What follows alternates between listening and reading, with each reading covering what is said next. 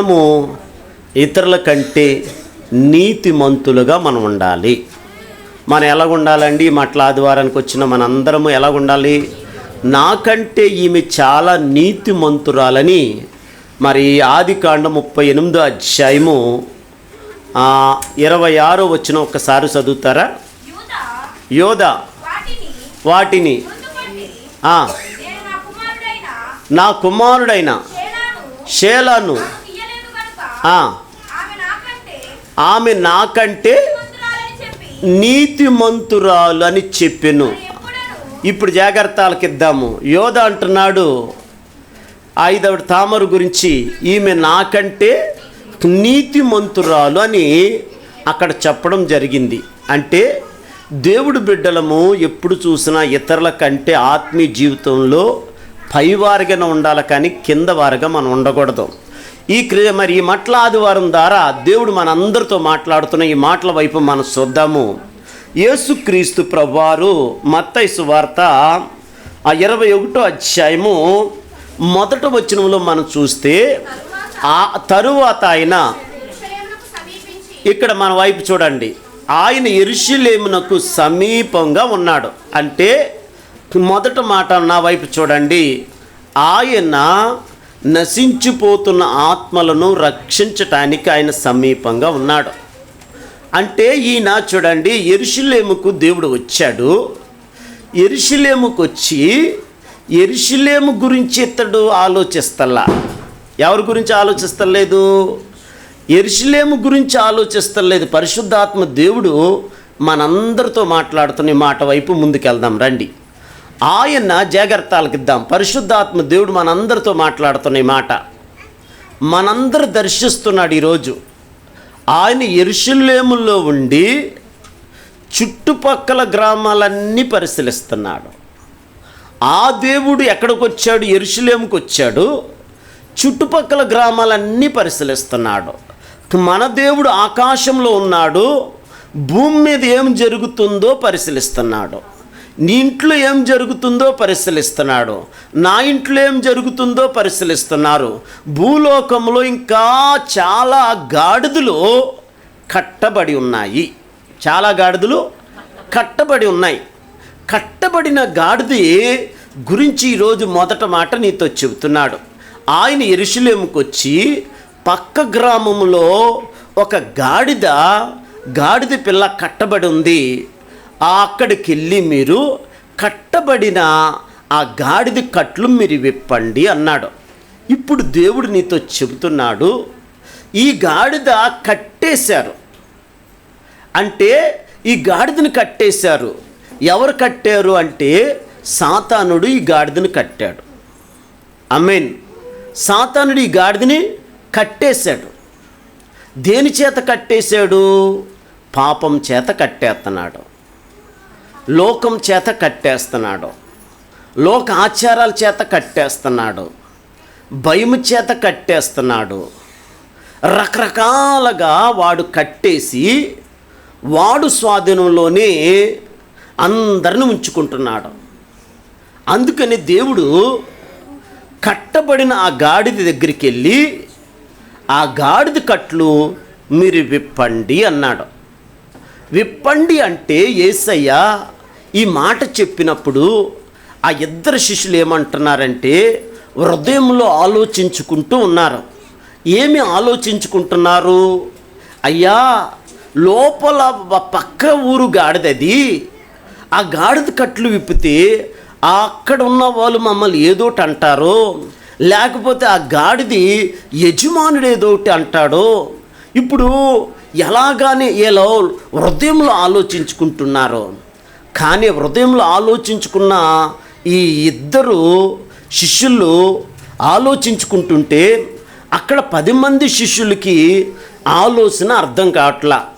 ఇక్కడ నువ్వు రకరకాల ఆలోచనలతో ఇక్కడికి వచ్చావు, రకరకాల బాధలో నువ్వు వచ్చావు, రకరకాల చింతతో వచ్చాం, రకరకాల బెంగతో వచ్చాం, రకరకాల ప్రాబ్లంతో వచ్చాం, రకరకాల బాధ వేదనతో నువ్వు వచ్చావు. నీ పక్కన ఉన్న వాళ్ళకి నీ బాధ అర్థం కాదు. నీ భర్తకి నీ బాధ అర్థం కాదు, నీ తల్లిదండ్రులకి బాధ అర్థం కాదు, నీ చుట్టుపక్కల వాళ్ళకి బాధ అర్థం కాదు. నీ బాధ, నీ హృదయంలో ఉన్న బాధ ఎవరికి అర్థమవుతుందంటే నిన్ను సృష్టించిన ఆ దేవుడికి తప్ప నీ బాధ ఎవరు కూడా అర్థం కాదు.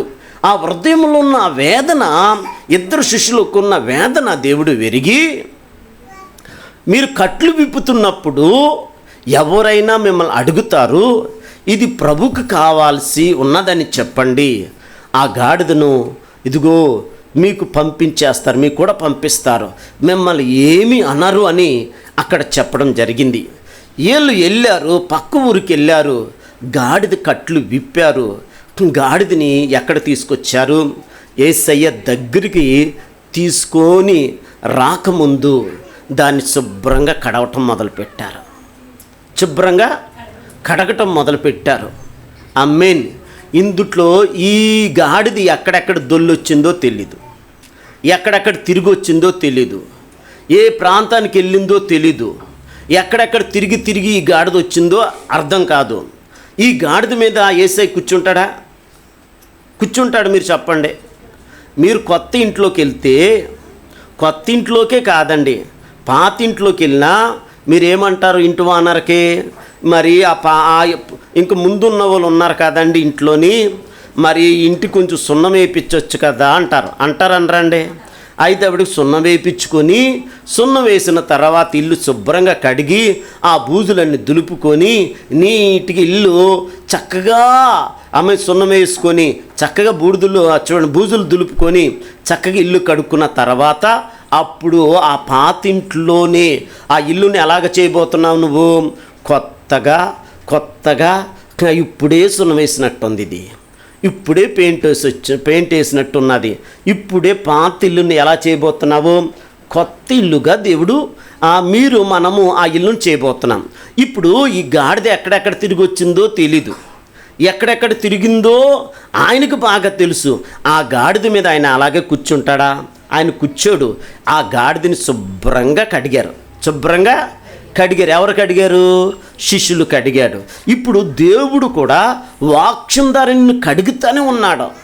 నీలో బూజు పోవాలి, నీలో దుమ్ము పోవాలి, నువ్వు కొత్తగా సున్నం వేసినట్టు ఉండాలి, కొత్త ఇల్లులాగా నిన్ను ఇక్కడ దేవుడు తన వాక్యం ద్వారా నిన్నేం చేస్తున్నాడు? పాత స్వభావం తీసేసి క్రొత్త స్వభావము ఈ మట్లాదివారం ద్వారా నీకు దేవుడు ఇవ్వబోతున్నాడు. నువ్వెప్పుడు చూసినా పాత బతుకులేనే ఉండకూడదు, పాత విశ్వాసంలాగానే ఉండకూడదు, పాత ప్రార్థనలాగా ఉండకూడదు, పాత జీవితమే ఉండకూడదు. రోజు ఆత్మీయ జీవితము సిగురించే వారికి ఉండాలి, ఆత్మీయ జీవితం ఫలించే వారికి ఉండాలి, ఆత్మీయ జీవితం అభివృద్ధికి పరిచే వారికి ఉండాలి, ఆత్మీయ జీవితం సిగురేయాలి, సిగురు తర్వాత కాయలు రావాలి, అభివృద్ధి రావాలి. అప్పుడు యజమానుడు ఏం చేస్తాడండి? ఆ చెట్టుని నాటిన యజమానుడు ఆ చెట్టును చూసి సంతోషపడతాడు.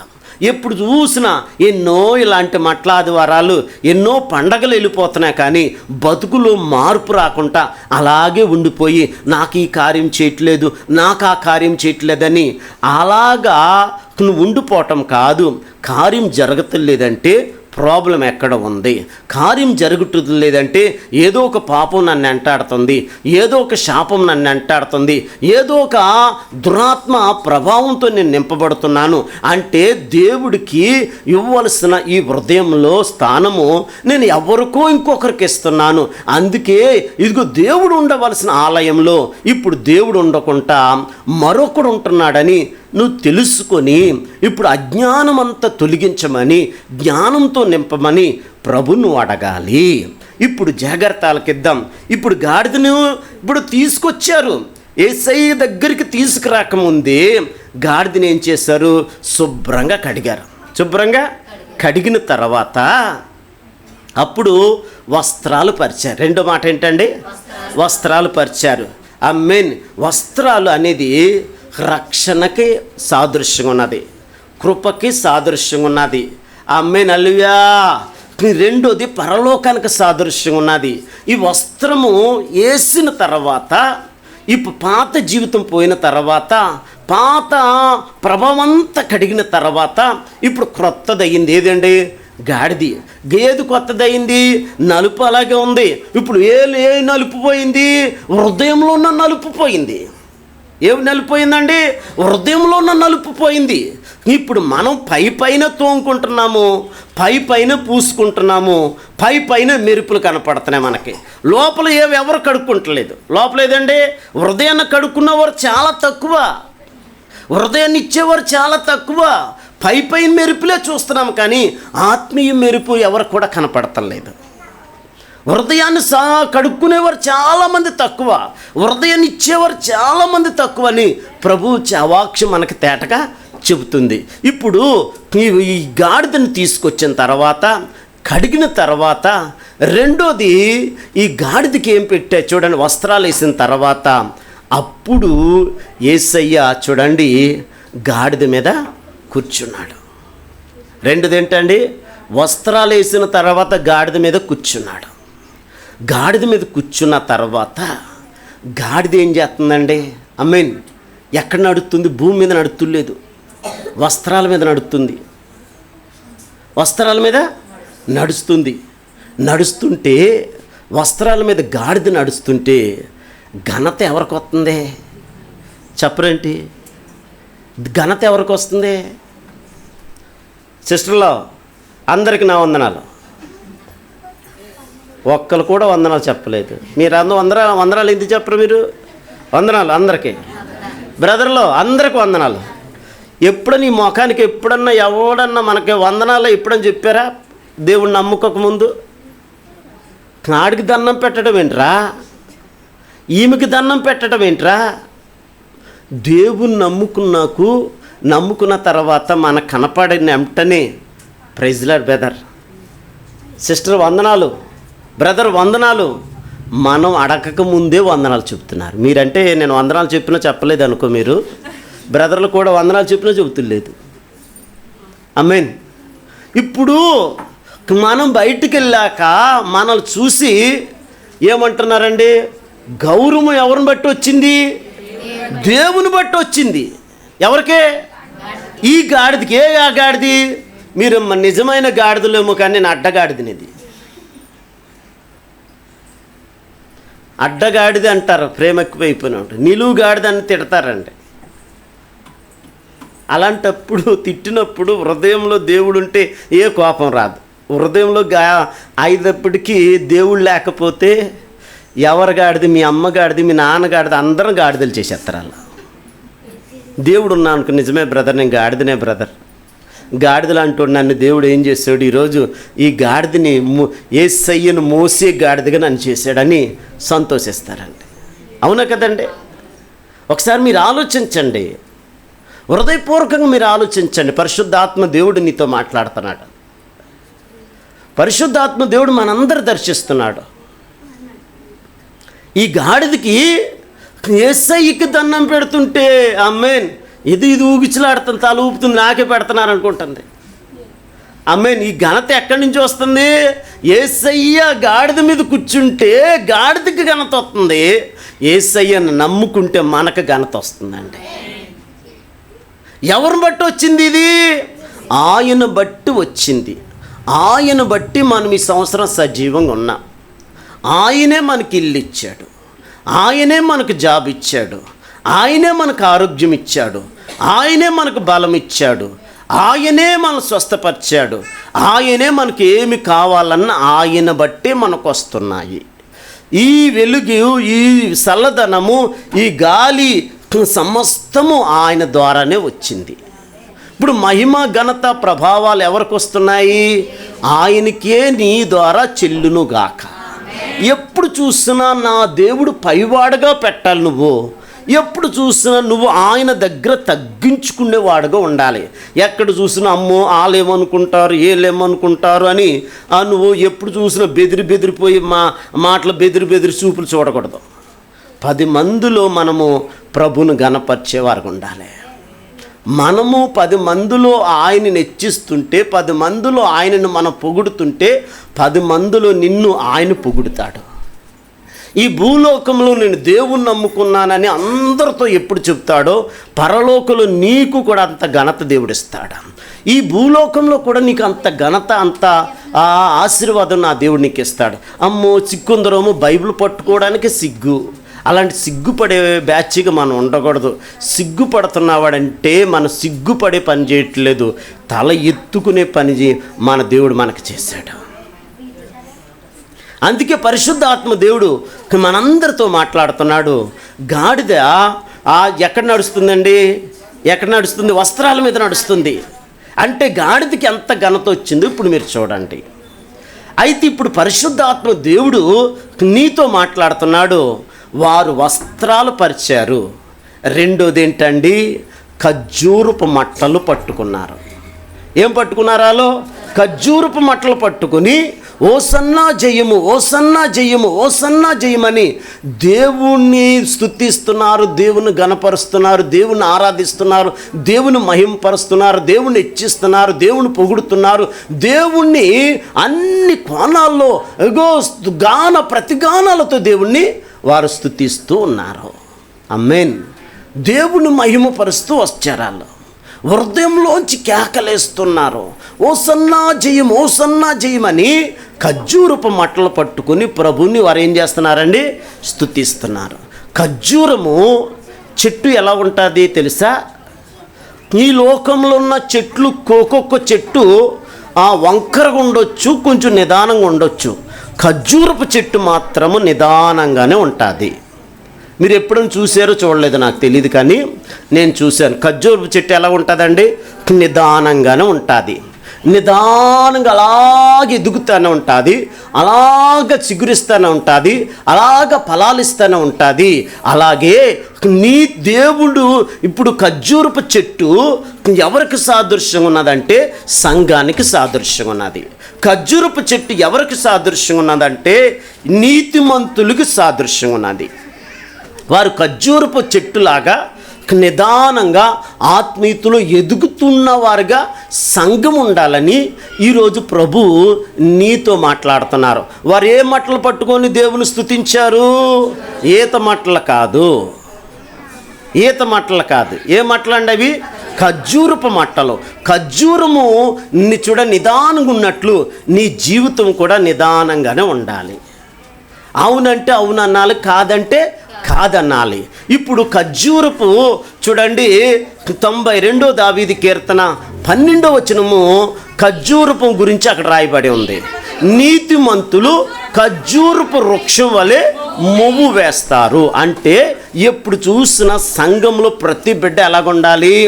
నీతిమంతులుగా ఆత్మీయ విషయంలో నువ్వు ఎదుగుతూనే ఉండాలి, నువ్వు ఫలిస్తానే ఉండాలి, నువ్వు అభివృద్ధి పొందుతూ ఉండాలని వాక్యమై ఉన్న దేవుడు నీతోనే స్పష్టంగా మాట్లాడుతున్నాడు.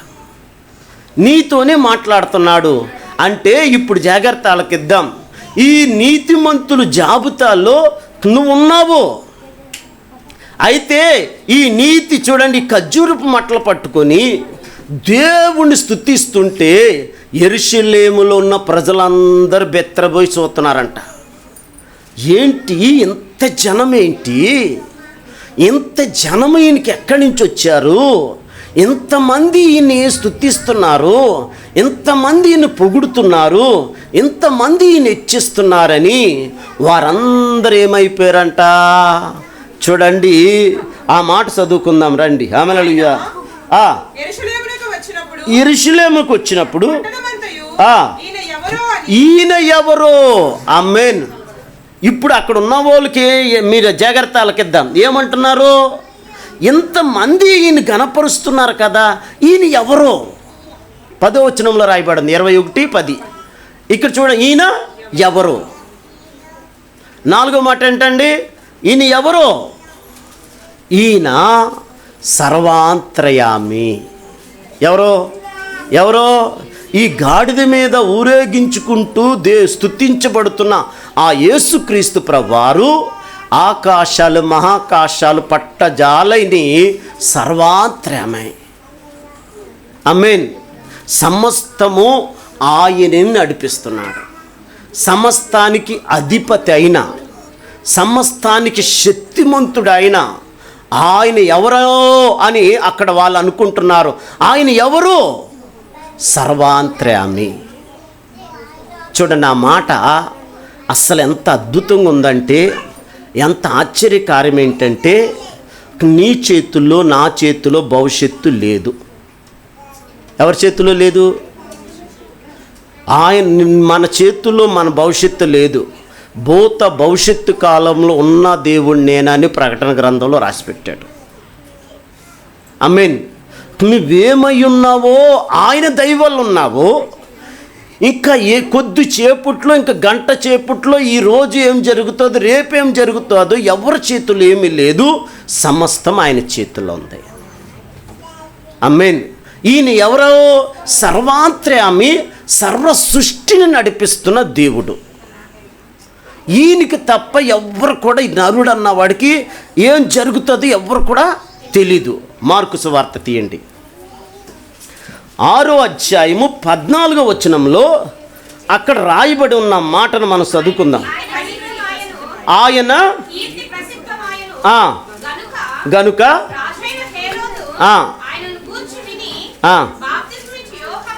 చూడండి, మార్కు సువార్త 14వ అధ్యాయము 13వ వచనం చదవండి. 14:13.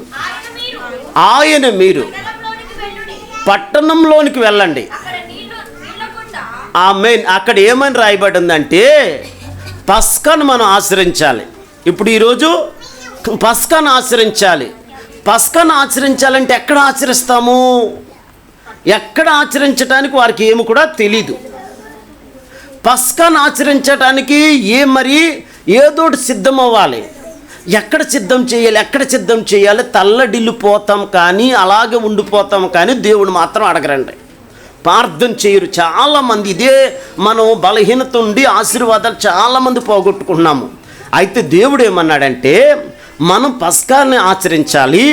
మీరు ఇలాగ నడుస్తుంటుంటే అటు నుంచి ఒక వ్యక్తి నీళ్ల కుండ పట్టుకొని వస్తాడు. ఆ నీళ్ల కుండ పట్టుకొని వస్తున్న ఆయనను మీరు వెంబడించండి.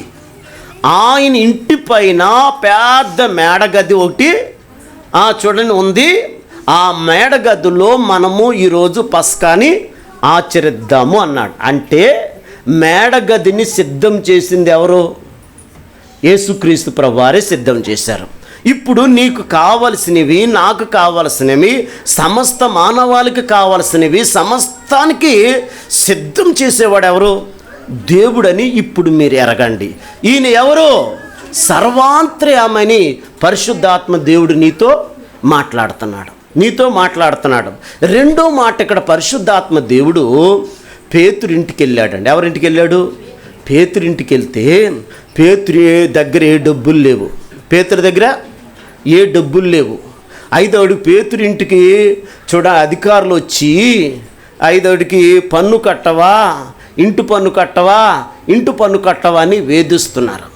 అప్పుడు దేవుడు ఏమన్నాడంటే, పేతురు గలిలయ సముద్రంకి వెళ్ళి గాలం పట్టుకుని వెళ్ళి, ఆ గలిలయ సముద్రంలో నువ్వు గాలం వెయ్యి, నీ కొరకు ధనాన్ని చేప కడుపులో నేను దాచిపెట్టానన్నాడు. అంటే రేపొద్దున నీ కూతురి పెళ్ళికి కావాల్సిన ధనం ఎవరు సమకూరుతున్నాడు?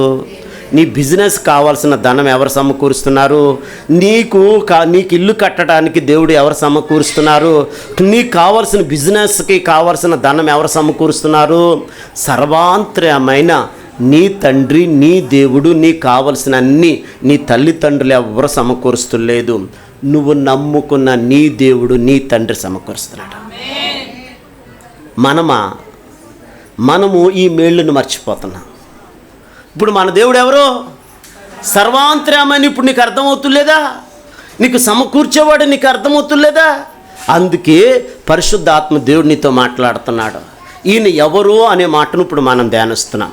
మూడో మాట చూసినప్పుడు యేసుక్రీస్తు ప్రభువారు 12 గంటలకి యాకోబు బావి దగ్గరికి వెళ్ళి చెమటలు కారిపోతున్నాయి, నడుచుకుంటూ వచ్చాడు.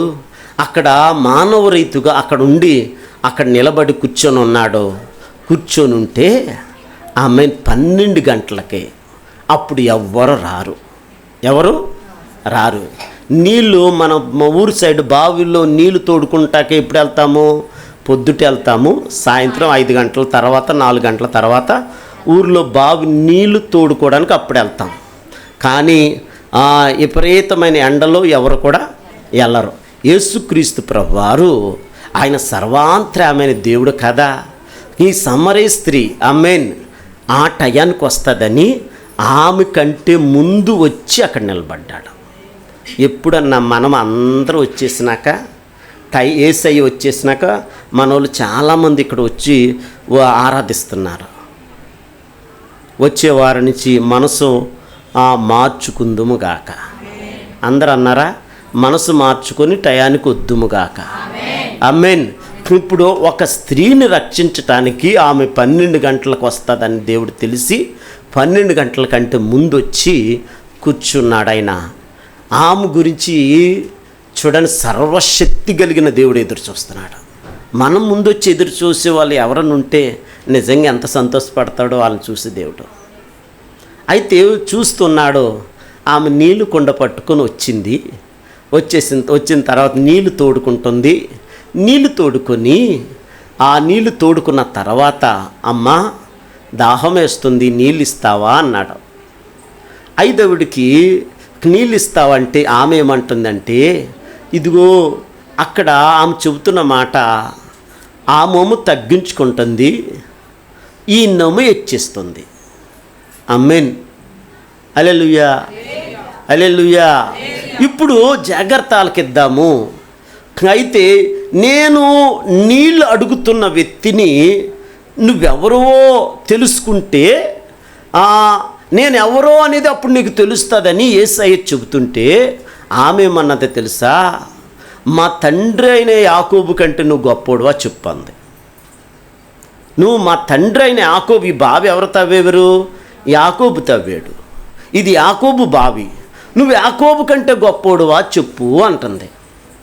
యాకోబుని హెచ్చిస్తుంది, యాకోబుని పొగుడుతుంది, యాకోబు కంటే నువ్వు గొప్పోడువా అంటుంది. అయితే యేసయ్య ఏమన్నాడో తెలుసా? అస్సలు నేను ఎవరినో నీకు తెలుసా? ఆమేన్. ఇప్పుడు పరిశుద్ధాత్మ దేవుడు నీతో మాట్లాడుతున్నాడు. నీకు 5 మంది పెనిమిట్లు ఉన్నారు అన్నాడు. రెండోది, నీ ఇంట్లో ఉన్న వ్యక్తి కూడా నీ వాడు కాదు అని చెప్పేశాడు. మన ఇంట్లో ఏమి జరుగుతుంది? దేవుని మహిమకరంగా జరిగిస్తున్నావా? ఘనతకరంగా జరుగుతుందా? దేవుని మహిమ తెచ్చి ఇంటిగా ఉన్నావా? దేవుని బాధ పెట్టి ఇంటిగా ఉన్నావా? ఇప్పుడు ఈ మట్లాదివారం పండగకు వచ్చిన నీవు మనస్సును మార్చుకొని ప్రభుకి హృదయాన్ని చెలిపో, నీ ఇంట్లో ఆశీర్వాదాలు తొలతూగుతాయి, దీవెలు తొలగుతూగుతాయి. హృదయాన్ని నవ్వుకుంటా నన్ను దీవించంటే ఆయన వాక్యానుసారంగా చేసే దేవుడు కానీ వాక్యాన్ని పక్కన పెట్టే దేవుడు కాదని మీరు ఎరిగేవారుగా ఇప్పుడు ఉండాలి. వాక్యము నువ్వు అద్దంలో నీ ముఖాన్ని చూసుకునే అద్దం వంటిది వాక్యం. అద్దం దగ్గరికి రాకుండా ఇక్కడికి నువ్వు రాలేదు. ఎవరైనా బ్రదర్లు వచ్చేస్తే వచ్చే కానీ సిస్టర్లు మాత్రము రారు. ఆమేన్. చక్కగా జుట్టు ఉందా లేదా? ఆమేన్. కరెక్ట్గా దూకున్నామా లేదా? అన్నీ చూసుకొని చక్కగా దేవుడు కృపను బట్టి అక్కడికి వెళ్ళి అద్దానికి వెళ్ళి అద్దం దగ్గర నుంచి ఇక్కడ రావటం జరిగింది. నువ్వు కూడా అద్దం అనే వాక్యాన్ని దగ్గరికి వెళ్ళి ప్రార్థన చేసుకొని హృదయాన్ని సరిచేసుకొని ఇక్కడికి వస్తే నీ హృదయంలోకి దేవుడు వెళ్తాడు. లేకపోతే కార్యాలు జరుగుతులేదని ఇలాగ అంటానే ఉంటావే కానీ ఎవరిని దేవుడు తట్టు తిప్పకుండా నీ ఇంట్లో అలాగే ఉండిపోతున్నావు. అలాగ ఉండటం ద్వారా నీకు నీ బిడ్డలు శాపగ్రస్తులుగా ఉంటున్నారు కానీ ఆశీర్వాదకరంగా ఉంటల్లా. ఏదో నువ్వు అనుకుంటున్న తృప్తి కలిగి ఓహో అని నీ హృదయంలో నా దెయ్యపు కలవరాలే మొదలవుతున్నాయి తప్ప హృదయంలో నిజంగా దేవుడు లేడని నువ్వు అర్థం చేసుకోవాలి. దేవుడున్న ఇల్లు ఆనందాలతో, సంతోషంతో, సమాధానాలతో ఉంటుందని ప్రభు వాక్యం తేటగా చెబుతుంది. ఇప్పుడు దేవుడు నీతో మాట్లాడుతున్నాడు. 5వడికి నీకు 5 మంది పెనిమిట్లు ఉన్నారు, ఇప్పుడు ఇంట్లో ఉన్నవాడు కూడా నీ వాడు కాదు అనగానే ఆమేన్. అప్పుడు ఆ స్త్రీ, సమరయ స్త్రీ, ఈయన నేను ఎదురు చూస్తున్న మెస్సయ్యా అని గట్టిగా బిగ్గరగా దేవుని స్తుతించడం మొదలుపెట్టింది. ఆమేన్. ఈయన ఎవరో కాదు, ఈయన నజరేయుడైన యేసు అని చెప్పుకుంది. ప్రజలందరిని దేవుడి తట్టు తిప్పేసిందండి. ఈరోజు దేవుని సన్నిధికి వచ్చిన నువ్వు తిరగాలి, నీ కుటుంబాన్ని కూడా తిప్పేవారుగా ఉండాలి. ఈయన ఎవరు? నీ తండ్రి. ఈయన ఎవరు? దేవుడు. ఈయన ఎవరు? సర్వాంతర్యామి. ఈయన ఎవరు? నిన్ను మార్చేవాడు. ఈయన ఎవరు? నిన్ను పోషించేవాడు. ఈయన ఎవరు? నీకున్న అవయవాలన్నిటినీ చక్కగా పనిచేస్తున్నాయంటే ఆయన బట్టే. ఈయన ఎవరు? ఆయన బట్టి నువ్వు బ్రతుకున్నావు. ఈయన ఎవరు? నీ పాపాన్ని తొలగిస్తాడు. ఈయన ఎవరు? నీ శాపాన్ని తొలగిస్తాడు. ఈయన ఎవరు అంటే ప్రభు రాకడలో నిన్ను పరలోకాన్ని తీసుకెళ్ళిన వాడే ఈయన. అందుకే దేవుని వాక్యం నీతో తేటగా చెప్తుంది. ప్రజలందరూ ఏమనుకున్నారు? ఈయన ఎవరో ఎవరో ఎవరో ఎవరో అనుకుంటున్నారు. ఈరోజు ఆ కాలంలో అలాగే అంటున్నారు, ఈ కాలంలో కూడా అలాగే అంటున్నారు. తెలియకుంటే ఎంతోమంది ఈ లోకంలో కట్టబడిన వారు ఎంతోమంది ఉన్నారు. ఆ కట్టబడిన కట్లను విప్పండి నాయన అని మనం ఏం చేయాలి? ప్రార్థన చేసేవారుగా మనం ఉండాలి. అలాగా మనం ప్రార్థన చేస్తుంటే పరిశుద్ధాత్మ దేవుడే మనలో నుండి ఒక్కొక్కరు కట్లు ఆయన తెంచేస్తూ ఉంటాడు. పౌలు శీలలు ప్రార్థన చేసినప్పుడు ఖైదీల కట్లన్నీ దేవుడు ఏం చేశాడండి? తెంచివేసి అవతల పడేశాడండి. ఇప్పుడు మన కుటుంబంలో భార్య కట్లు కావచ్చు, భర్త కట్లే కావచ్చు, పిల్లల కట్లే కావచ్చు, మన బంధువుల కట్లే కావచ్చు, స్నేహితుల కట్లే కావచ్చు, మన ప్రాంతం, మన పట్టణం, మన దేశపు కట్లన్నీ కూడా ప్రార్థన ద్వారానే తెంచివేయగలము. అందుకే మనం ప్రార్థన పరులుగా ఉండాలని ప్రభు నీతో తేటగా చెప్తున్నాడు. ఇప్పుడు ప్రభు నీతో మాట్లాడుతున్నాడు. నీతిమంతులు ఎలాగుంటారంట? ఆమేన్. నీతిమంతులుగా ఖర్జూరపు వృక్షంలాగా మొవ్వు వేస్తాము. ఖర్జూరపు చెట్టులాగా మనం మొవ్వు వేసేవారు ఉండాలి. ఖర్జూరము నీతిమంతులకి సాదృశ్యం ఉన్నది. నీతిమంతులకి సాదృశ్యం ఉన్నది. ఖర్జూరము చెట్టులాగా సంఘంలో ప్రతి బిడ్డను దేవుడు దీవించునుగాక. ఇప్పుడు ఖర్జూరపు చెట్టు లాగా మనందరూ ఉండాలని పరిశుద్ధాత్ముడే తేటగా నీతో మాట్లాడాడు. ఇప్పుడు దేవుడు నీతో మాట్లాడుతున్నాడు ఏంటంటే, తామరు ఎలాగుంది? చూడండి, ఇతరుల కంటే నీతిమంతురాలుగా ఉంది. ఎవరో? తామరు. బుద్ధి లేని కన్నికల కంటే బుద్ధి కలిగిన కన్నికలు వారికంటే 2 అంతల భక్తి కలిగి ఉన్నారు. ఇప్పుడు మనము ఆత్మీయ జీవితంలో మన భర్త కంటే, మన భార్య కంటే, మన సంఘంలో ఒకరికంటే ఒకరు 2 అంతల భక్తి కలిగిన వారుగా, 2 అంతల ఇతరుల కంటే ఆత్మీయ జీవితంలో నీతిమంతుల్లాగా మనం ఉండాలని ప్రభు నీతో మాట్లాడుతున్నాడు. రేపొద్దున్న ఎత్తబడేది ఎవరు? 2 అంతల భక్తి కలిగిన వారే పరలోకానికి ఎత్తబడతారు. పరలోకానికి ఎత్తబడేవారు ఎవరండి? 2 అంతల భక్తి కలిగిన వారే. అందుకే మనం ఎప్పుడు చూసినా ఆరిపోయేవారు ఉండకూడదు, పడిపోయేవారు ఉండకూడదు. దేవుని సన్నిధిలో నిలబడేవారుగా మనందరము ఉందుముగాక. ప్రార్థన చేద్దాం, కళ్ళు ముద్దాం, తల ఉంచుదాం.